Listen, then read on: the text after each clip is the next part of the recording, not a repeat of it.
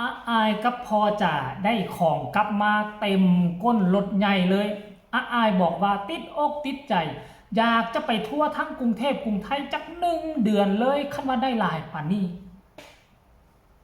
สวัสดี FC แฟนครับพบพ่อกันช่วงสายบายหาก็กินข้าวกินน้ำสำเร็จเสร็จสิ้นแล้วก็มาเห็นคลิปเห็นข่าวการเดินทางของครอบครัวเสียงวีฮกมือวานนี่เนาะขึ้นแสดงคอนเสิร์ตอยู่ที่ห้านหมูกระทะแพรวพาวเรียบร้อยแล้วกะน่าจะเดินทางมาตั้งแต่ตอนช่วงเศร้าๆหรือว่าเดินทางแต่เมื่อคืนนี่เลยแหละท่านผู้ชมจึงเฮ็ดให้ทีมงานของเสียงวีฮกมาฮอดบ้านอายมาฮอดสำนักงานกับช่วงเอาเศร้าแน่ทั้งแม่หมอลำกับปิดท้ายคลิปให้พวกเขาได้ชมท่านผู้ชมแล้วก็ทั้งบริการแม็กกับรายงานมาฮอดเฮือนฮอดซานแล้วทุกคนแต่สิ่งที่หลายคนจับตาเบิงจับตามองพวกเจ้าฮู้บอกว่าแม่นอีหยังเครื่องของและกอมาลัยบ่คิดบ่ฝันว่ามาลัยของพ่อนกกับลูกสาวอายเกือบว่าจะเต็มก้นรถได้ผู้ละ4-5 พวงยังบ่บวกใส่กับของอยู่ของกินข้าวนมของต้อนที่พ่อแม่เอาไปให้ทั้ง2 งานนั่นน่ะทั้งวันที่2และก็วันที่3ป๊าดทุกคนลายอีหลีเฉพาะมาลัยอายนี่4-5 พวงอายห้อยใส่คอหอบขึ้นเฮือนโยชาวบ้านชาวซองก็จับตาเบิงจับตามองป๊าดสะอ่อนเด้ว่าซั่นยังบ่ไล่ค่าจ้างค่าโตได้ค่าจ้างค่าโตก็สิมื้อละ1,000-2,000ไปแล้วอันนี้เฉพาะมาลัยซื่อๆมาลัยเบิงแหละ4-5 พวงนี่ก็หลักหมื่นแหละตามที่ค่อยเบิงนี่หลักหมื่นได้เงินหมื่นเฉพาะมาลัยบวกสิเงินค่าค่าจ้างแล้วก็โอ้ยก็ถือว่ามันหาใส่ได้ก็ปกติคนระดับธรรมดานี่เฮ็ดเวียกก็เดือนนึงจึงสิได้หมื่นกว่าแต่บัดอายออกไปเฮ็ดงาน2-3 วันเฉพาะมาลัยนี่ก็เกือบทะลุหมื่นแหละยังบ่ไล่เรื่องค่าตกค่าโตก็ถือว่าวงการหมอลำนี่เป็นวงการที่สร้างงานสร้างอาชีพอีหลี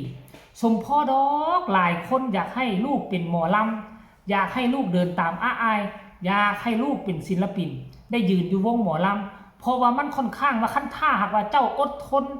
ลำบากกากกำได้ชีวิตเจ้าจะดีแน่นอนเพราะว่าเงินคำกำแก้วมันมาหลายทางบ่ว่าจะเป็นเงินจากคาโตอยู่ในวงบ่ว่าจะเป็นพ่อแม่ FC ซัพพอร์ตมาไล่ลักษณะแบบนี้นะแต่ว่าบ่แมนทุกคนที่จะเฮ็ดได้ระดับนี้อยู่ในวงหนึ่งนี่คนที่จะเฮ็ดได้ระดับนี้บ่เกิน4-5 คนเหลือนั่นก็เป็นกระปิดกระปอยเนาะได้ง่ายถ้าหากว่าเจ้าอดทนสู้ซนมีความพยายามเพียงพอเดี๋ยวจะให้ทุกคนไปส่งไปเบิ่งคลิปเรานี่สะก่อนจากบริการแม็กจากแม่หมอลำเบิ่งแล้วพวกเจ้าฮู้สึกแนวใดอาญะคือค่อยเว้าแท้บ่เชิญไปชมเลย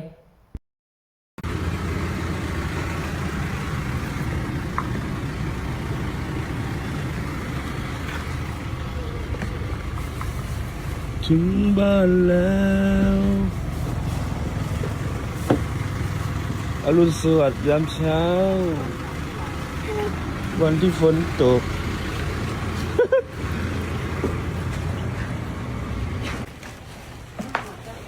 นี่นะคะไปกรุงเทพแค่2 วัน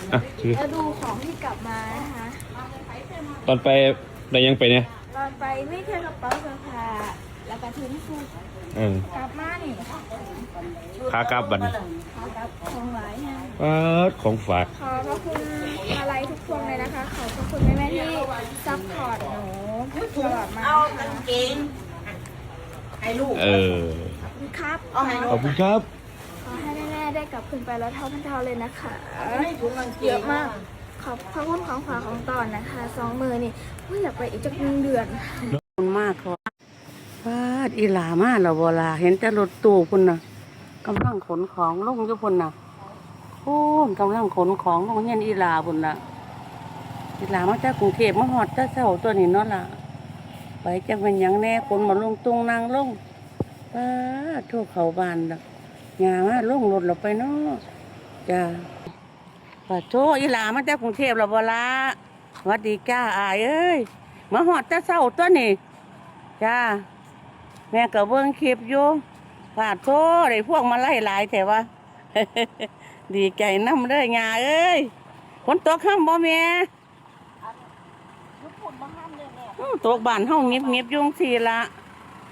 ปาดโตมาฮอดตาเช้าตัวนี้เอาเข้าบ้านแม่เอ้ยพวกนี้มันไล่อีหลามาสิได้โพดแต่ลีโอ แม่นลีโอว่านั่นเต็มรถพอดีติล่ะปาดโตปังคักอยู่ดอกเบิ่งคลิปอยู่จังแม่นคนเบิ่งดีคักจ้ะอยู่กรุงเทพฝนตกบ่ลีโอบ่ตกเลยติล่ะมาหอดตาเศร้าคักอยู่บ่ตุดเลยติมาเจ้าเดียวได้ติลีโอโอ้มาเป็นไผแจมอนติล่ะหวัดดีจ้าเด้อแจมอนเด้อจ้าไปเดินทางปลอดภัยแม่ก็บ่เห็นปานใดคนเอาได้ของมาบักหลายจ้าแจมอนลีโอขนของลงซอยไปขอบคุณมากคุณละรถที่ไปดอกพี่น้องเอ้ยใจมันปวดมันเหลียน้อยละพวกมาไล่ก็ได้เห็นแต่คนเบิ่งหลายจ้าขอบคุณมากไปสิเมียผลสำนักงานมันติริโอจ้าไปลาไปแม่กับสิเมียขอถ่ายคลิปเพิ่นไปจันลาเพิ่นไก่ถ่ายอยู่จ้าขอบคุณมากสวัสดี เป็นจังไหนทุกคน โอ้โหสุดยอดเลยเว้าได้คำเดียวว่าสุดยอดมันลงมาลัยของพ่อของลูกเต็มทั้งหลังรถตู้เครื่องของขนมของต้อนหมวยอายในวัย13 ปีกระติดอกติดใจแล้วแนวนี้น่ะอยากไปเป็นเดือนก็บ่อยากอายบอกว่าน่ะอยากไปเป็นเดือนก็ได้บ่จำเป็นต้องพากลับเฮือนดอกคันถ้าว่ามานแบบนี้น่ะแต่ว่าบ่แม่นทุกครั้งที่จะมานจังซี่นะ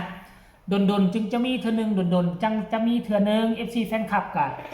คันไปดุหลาย FC แฟนคลับก็เงินเงินเดือนก็ยังเก็บหอมรอมริบบ่ได้สิเอามาเป็นมาลัยก็ได้ดนไปเทื่อนึงพอให้พอแม่ FC แฟนคลับได้หาเงินหาค้ำก่อนได้ทอนกันมาเป็นมาลัยเนาะแต่ว่าข่อยก็เชื่อว่าคันถ้าไปทุกมื้อก็น่าจะได้ทุกมื้อนั่นแหละ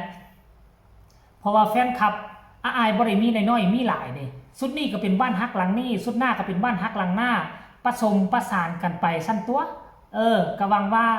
จะได้รับความอุปถัมภ์กันอีกต่อไปถ้าหากว่าอายได้กลับไปที่นั่นอีกครั้งหนึ่งเด้อทุกคนเนาะก็ขอฝากฟังคลิปนี้เอาไว้กันแล้วกันเนาะทุกคน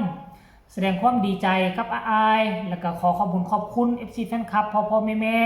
ที่เมตตาสงสารเด็กน้อยคนหนึ่งที่หาเลี้ยงครอบครัวเป็นที่พึ่งของครอบครัวขั้นกรณีว่าบ่มีพ่อแม่ซัพพอร์ตมอบมาลัยให้ครอบครัวอายก็คงจะลำบากกันต่อไปก็ยังโชคดีมีพ่อแม่มาอุปถัมภ์นั่นเองขอคนละ1 ไลค์ 1 แชร์ใครเป็น FC อายใครเป็น FC เสียงวิหกที่สำคัญจะกดข้ามโฆษณาเด้อพอกันใหม่ในคลิปหน้าลาทานผู้ชมเป็นเพียงซ้ำนี้ก่อนแหละสบายดี